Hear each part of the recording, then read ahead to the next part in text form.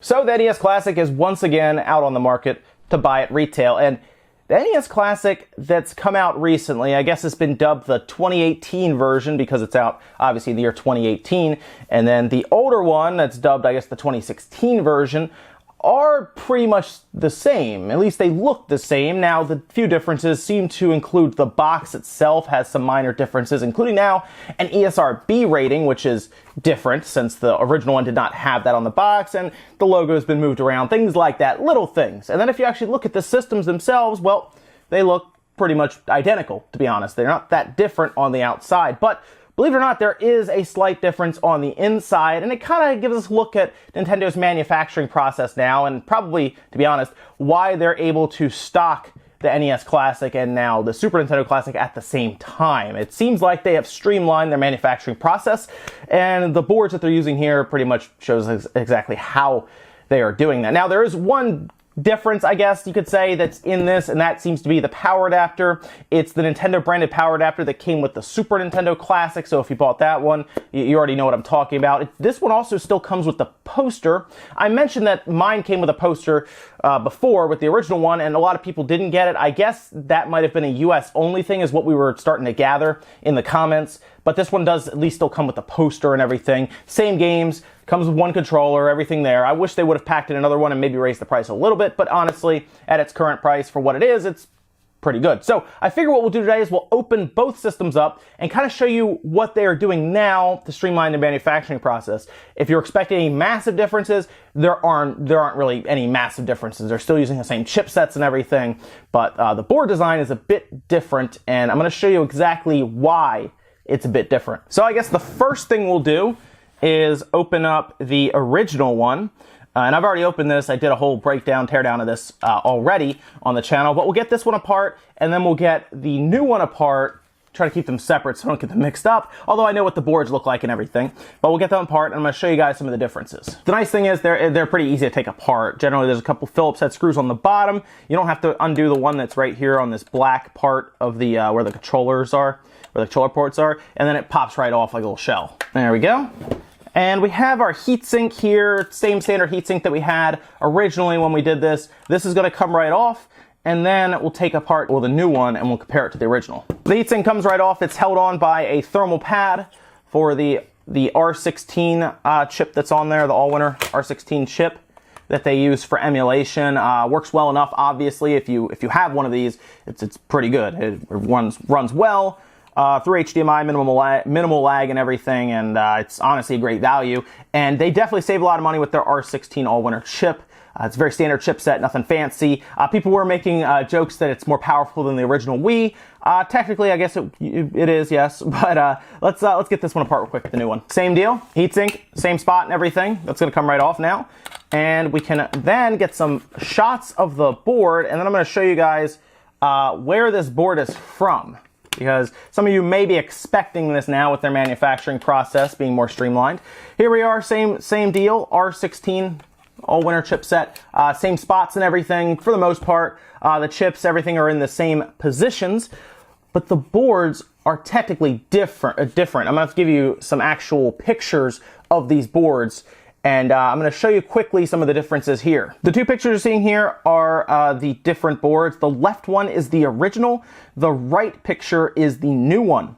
And it does look slightly different. If you remember, the original one had that weird spot where that port was, where they looked like they kind of took this out of a universal board almost, or there would have been something else put there because they were just kind of doing this in manufacturing in the beginning to see how it would do, and then they just completely redesigned it for what they needed. Nothing major differences in terms of differences. Some of the chips are in different spots in terms of fuses and stuff, but the overall chips themselves are in the same exact positions for the most part. And you're going to see some differences with the markings on the boards themselves.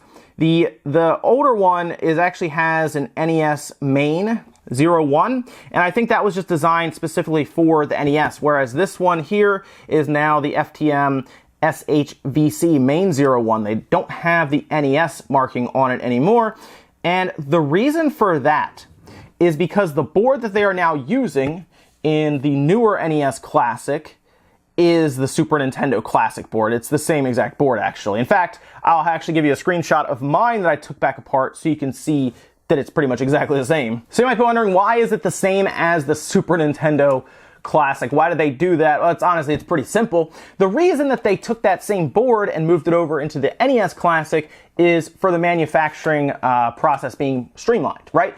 They don't really need anything to be that different. Everything else is the same in terms of storage chips and everything, for what I've seen. But actually using that same board will help in manufacturing. They just need the same board pretty much processed, uses the same ports. The shell is different, right? The shell's obviously different, and they still have the, the mechanism on the top and everything to turn it on and off and reset.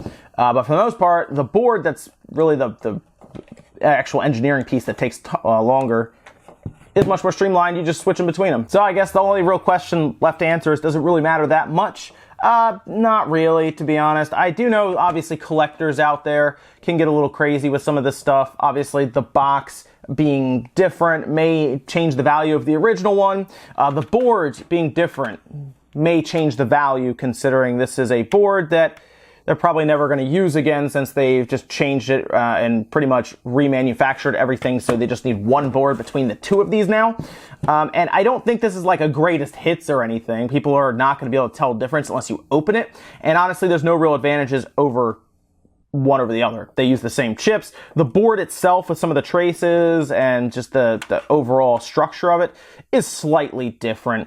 That's all. I mean, maybe you have a first generation and a second generation, but they're basically the same. While I'm screwing this back together, I also want to point out that the fact that they have their manufacturing all done now with one board, and they're not technically doing two different boards, that could free up some time, some resources, maybe manufacturing lines, to do possibly another board, maybe for the next Classic system. They would have to have been working on it, obviously, by now, if they're even ready to announce it next year. And I would think the Nintendo 64 Classic would be next, although they could surprise us.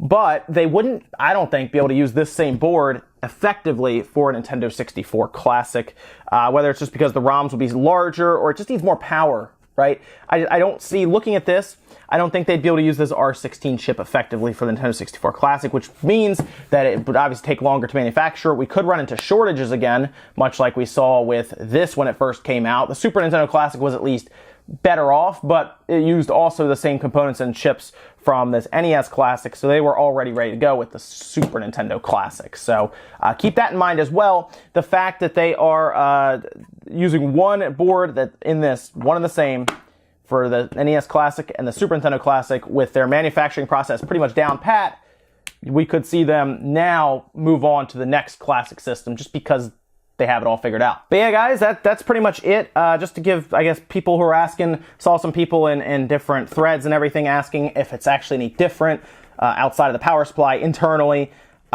Slightly. The board is a little different. That's about it. Nothing major outside of that. So you could still buy with confidence and everything. They didn't cheap it out. In fact, if you like the Super Nintendo Classic, congratulations. You're technically getting the same board here, which means, of course, it is hackable fairly easy as well. It's not like any different or anything. So yeah, guys, let me know what you think about this whole thing with them pretty much getting everything figured out with their manufacturing line. They're using the same board pretty much completely now, and that tells me that they might have everything figured out for the next line, and I really hope they do, because I think, at least myself, I'm sure other people agree, I'm ready for the N64 Classic, so, let's do that next. Thanks, guys, for watching, and make sure you like the video if you enjoyed it, dislike it if not, and I'll see you guys in the next video.